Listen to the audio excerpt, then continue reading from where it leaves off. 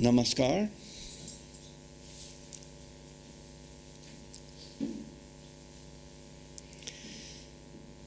So today is actually a special day. It's the 1st of December, but that's not why it's special. It's special because we're going to remember another day that's special. And the day that we're going to remember that's special, I don't know the exact date, but I do know it's from November. And the reason that we're going to celebrate this date in November is because 10 years ago in November, Swami Kriyananda came back to India to start Ananda India. And it was at that time that he fulfilled what we might describe as the beginning of the last leg of his service for Guruji. That he came back to India. When he first came to India in the 50s. And in the 50s, from 58 until 62, he lived in India. And originally, he was going to come with Yoganandaji. And Master had told him, invited him to come with him to India. But Master's passing changed that plan. And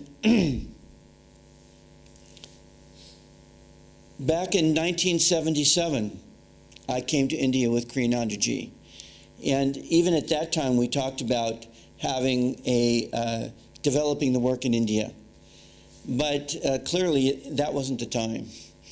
And the interesting thing to me is that, or one interesting thing, is that Swamiji came to India 10 years ago at the age of 77. When most people are putting their feet up, if they can get their feet up. And he started a whole new work.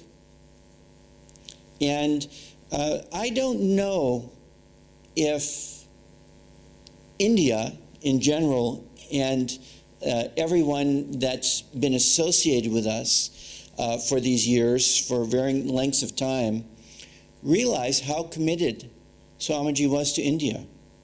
And how, of all the countries in the world, you could truly say that Kriyanandaji was a man of the world, not worldly, but embraced all countries, all people. And yet the country that he felt most in tune with was India, as an individual, as a personal style. He loved India. And he really, we all thought that he would pass here. But there's no question that this 10-year period of time, he was very committed to this. And there has been no, I would say, push in Ananda history that was greater than the desire to establish Ananda India within Kriyanandaji's lifetime. And that goal really was accomplished. We have served in all the major cities of India, and I guess this was really brought home to me. Last night, some of us went over to Gurgaon, and it's sort of a new era. And Jyotish and Devi came from America and led a large, they gave a discourse, and we rented the bigger hall, and there was a large group of people there. And there's a tradition at Ananda since when I first came. The very first summer that I came to Ananda, we went out and put up the book tables and made presentations. And Swamiji would speak.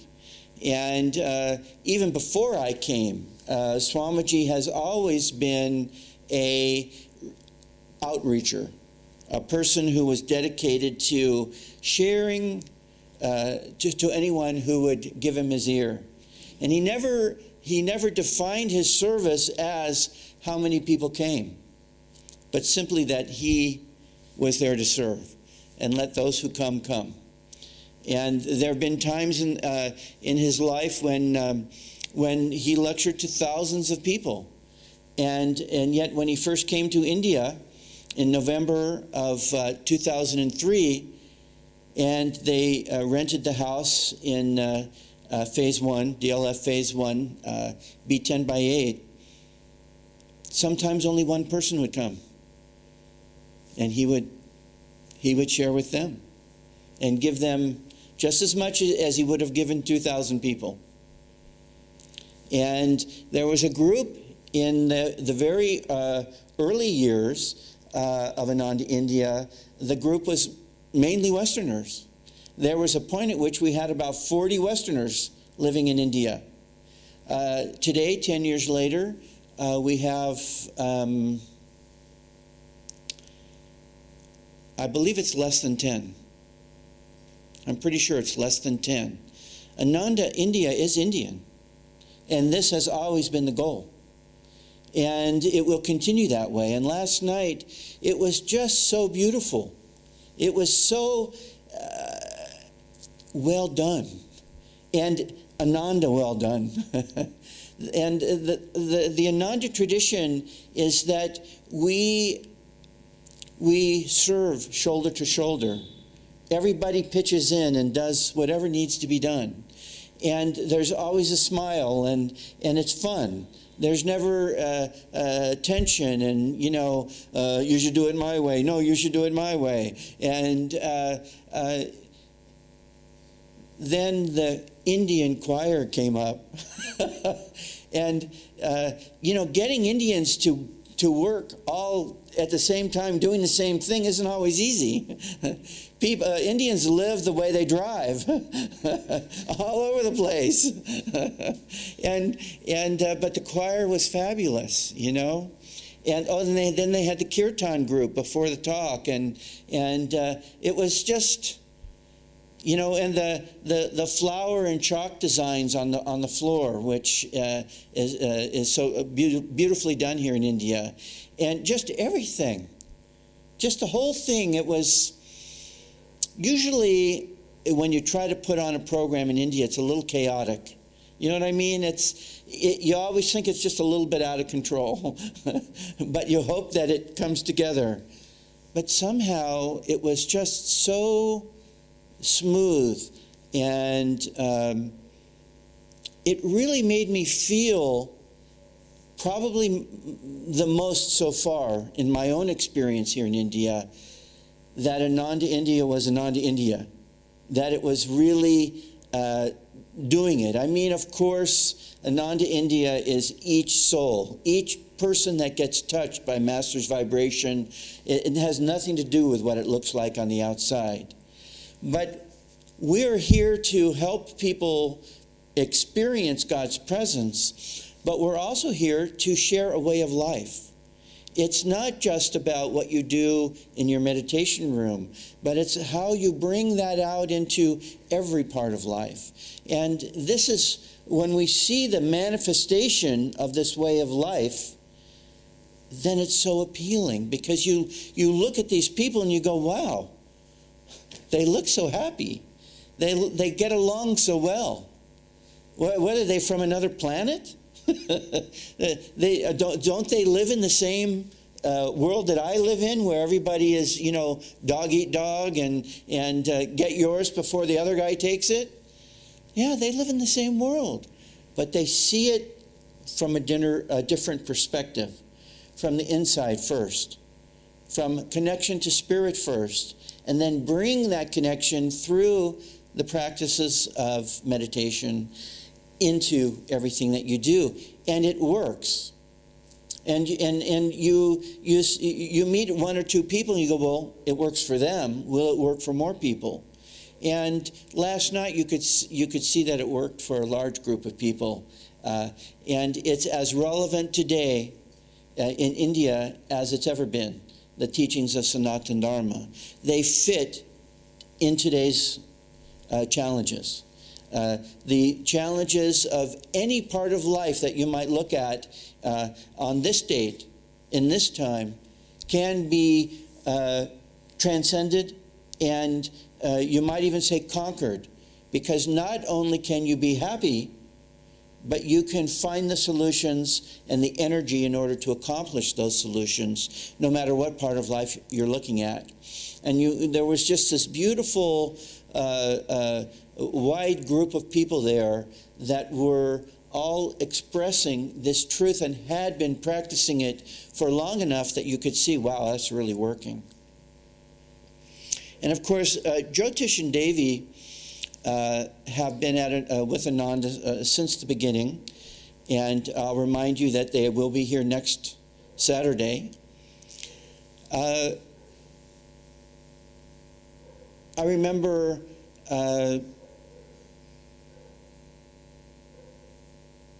I'm trying to think, it was about a year ago, this past summer, the summer previously.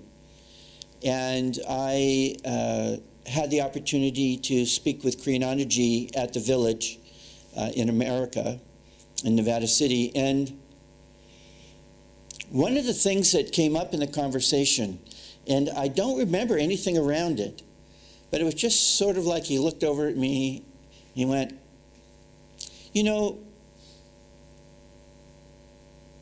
whenever I hear about a decision that Jyotish has made, you know, some subjects come up and he's had to make a decision, he always does just what I would have done. He always does just what I would have done. And of course, our training has been to, and as Swamiji did himself, he would ask himself, when faced with a challenge in life, well, what would Master have done? What did Master say on this subject? And from there, he would try to find the underlying principle of truth, and then try to grasp that and bring it into manifestation according to the circumstances that he had at that time. Now, what we all do, we've all gone, well, let's see, what would Master do, of course, but then we also would go, well, what would Swamiji do? And this has been our training. What would Swamiji do? What would Master do? What qualities of consciousness can we express in this moment, creatively, according to the need of the moment and our ability to bring out the very best positive energies that we can? We sometimes wonder, what's God's will? That is God's will. God's will is that we try to attune ourselves to our highest potential, that we try to express the highest vibrational understanding of the moment, and that it be body, mind, emotion, and spirit on all aspects of our being, that we would try as best we can to reflect truth in our best understanding of it. Well, Titian Devi represented last night the expression of 45 years of trying to do this. And when you've known someone for that long and you've seen them year after year after year sticking with it and doing it, and you know, everybody thinks it would be great to be the leader. Let me tell you, being the leader of a group is a great responsibility, and often a burden, unless you have the right consciousness. What's the right consciousness? The consciousness that God is the doer, and this is my service to God. And when you have that attitude, then it's so different, because so many quote-unquote CEOs are generals. They drive everybody, with a whip. And Titian Devi have always just simply been humble devotees doing the job that was given to them. And they would probably scratch their heads and go, oh, why am I doing this? And yet they've done it so beautifully. And the response of the Indian spiritual family is just so wonderful to see people embracing the living spirit of the self-realization masters and Yogananda ji as life moves forward. You can't look back and live in the past. You can look back and take inspiration for living in now. And this is what's happening. I think many people were concerned that after Swamiji's passing this year, that Ananda might shrink, that people might leave, that the energy of the group might weaken.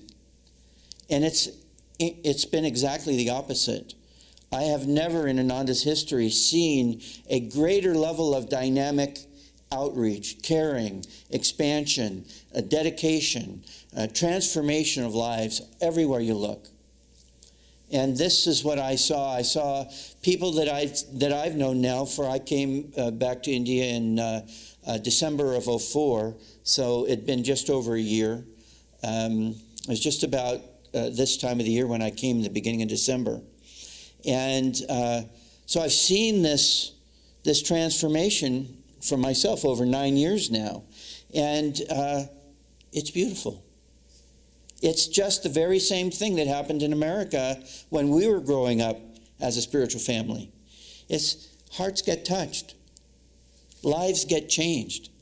And people go from, I don't know how I can face the day, to, oh, what a beautiful day. Oh, what a beautiful way to live. And it's not always easy. This transformation doesn't take place overnight. And it's to have accomplished what's been accomplished in India in only 10 years. I mean, my goodness, we have centers where acharyas live in almost every major city, all the main cities. And we have a community in Pune with buildings and people living there. And we have people coming from on pilgrimage around the world to India and visiting us. And of course, I don't know. I mean, there are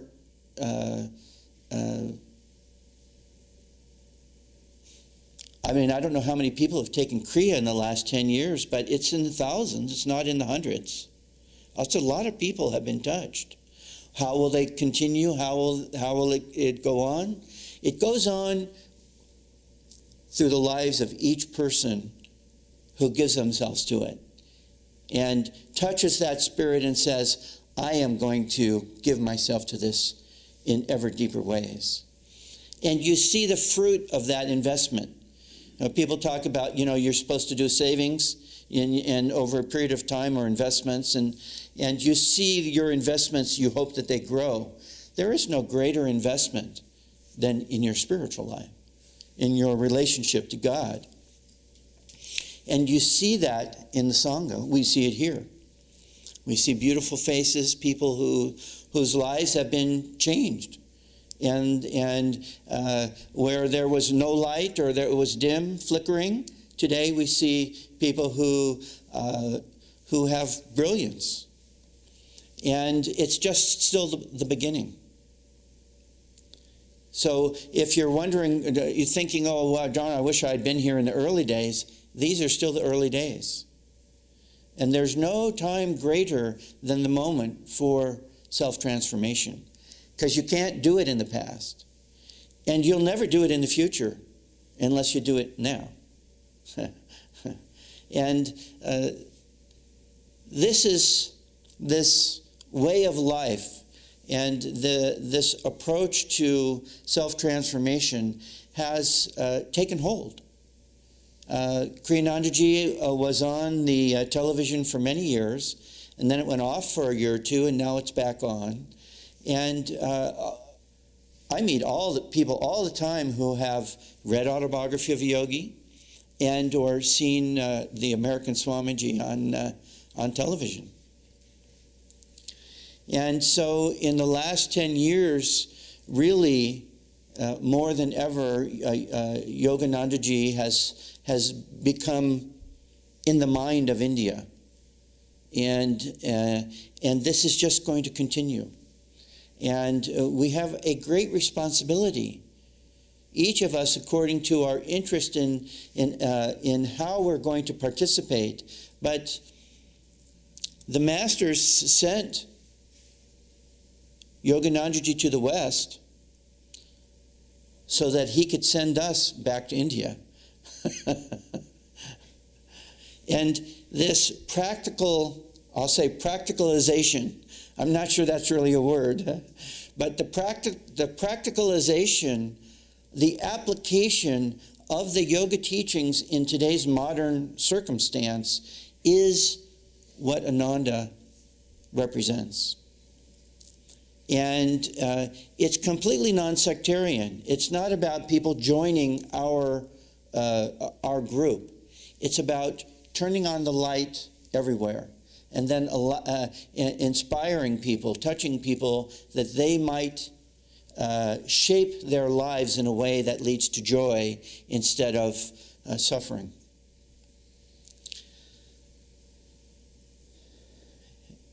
Oftentimes people look at a period of time and they talk about names and dates and this happened then and this happened then. And on the outside, that information may be correct. But the most powerful transformation is that which takes place on the inside.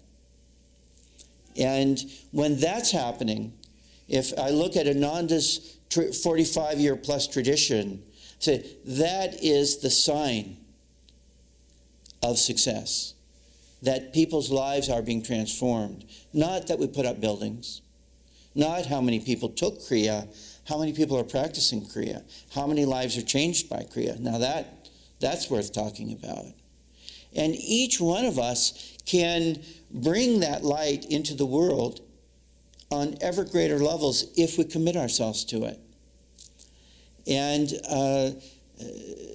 this is one of the challenges of Ananda. Although I'd say as a culture, Ananda culture, we don't impose the idea that each person should grow their lives in the way that we think they should. There's many people at Ananda Village who live very simple lives. They don't travel with a choir. They're almost invisible at Ananda. And yet they've dedicated themselves for many years to the spiritual life. And then there's the others who'll stand up in front and speak or help set everything up, each in their own way. There's not just one definition of what it looks like on the outside, but it does look very similar on the inside. Energy, enthusiasm, joy, service, sharing, an expansive attitude, inclusiveness, the interest in serving in whatever way God gives us the opportunity. Sometimes we define ourselves in ways that limit us. We think, oh, I couldn't do that, when in fact you could do that if you opened yourself up to it. And so it's good to experiment sometimes, doing things that you've never done before. And just see what happens. Be willing to fail. Because success is not about whether you were the fastest runner or the slowest runner. It's about you ran. And what level of energy did you put into it? That's what we bring to the spiritual life. We don't know who is going to get liberated in this lifetime. Guruji says that it's possible that through the practice of Kriya we could get liberated in this lifetime. But we don't actually know in the end how we're going to finish up this time. But we do know that we have to try, that we have to put out the energy, that we have to dedicate ourselves to it. Kriyanandaji's efforts here in India expressed that dedication through his life. It was not easy for him to live here because it was so hot in the summer times. And then, of course, as he got older, his health declined. And that made it difficult for him wherever he was. But, one time they had to take him to the hospital in the middle of the night. And they They put him in one of those little minivans. Just, and I mean, it was very humble. Functional, but humble. Nothing fancy. And he could have been in the nicest hospital in the world, and we would have been happy to get him there. But he didn't care. He was ready to go. But he was there in that little ambulance because this was his place of service. And he was dedicated to that service. And that was the most important thing, and everything else was secondary. But he motivated everybody to push hard. And now we see in the community that there is a real spirit of continuing to push hard. Rather than slowing down, it appears that things are even speeding up. And I encourage each and every one of you to consider that while we celebrate the success that's brought us, all of us here together today, that we consider how we can build on that success. That we should not rest on our laurels and say, oh, this is good enough. That we should seek God's guidance to understand the ways in which each and every one of us can be channels for the light in this world at this time, through the inspiration and attunement to the masters. The path of self-realization is about bringing the light into our consciousness and then shining it in every place that we go. And that is each of our responsibility to do. So we don't have a cake today, but we can eat the sweetness in our hearts, in our souls, of the blessings that we have received. And then we can seek to share those blessings as much as possible as we move forward into the next 10 years of Ananda in India. Namaskar.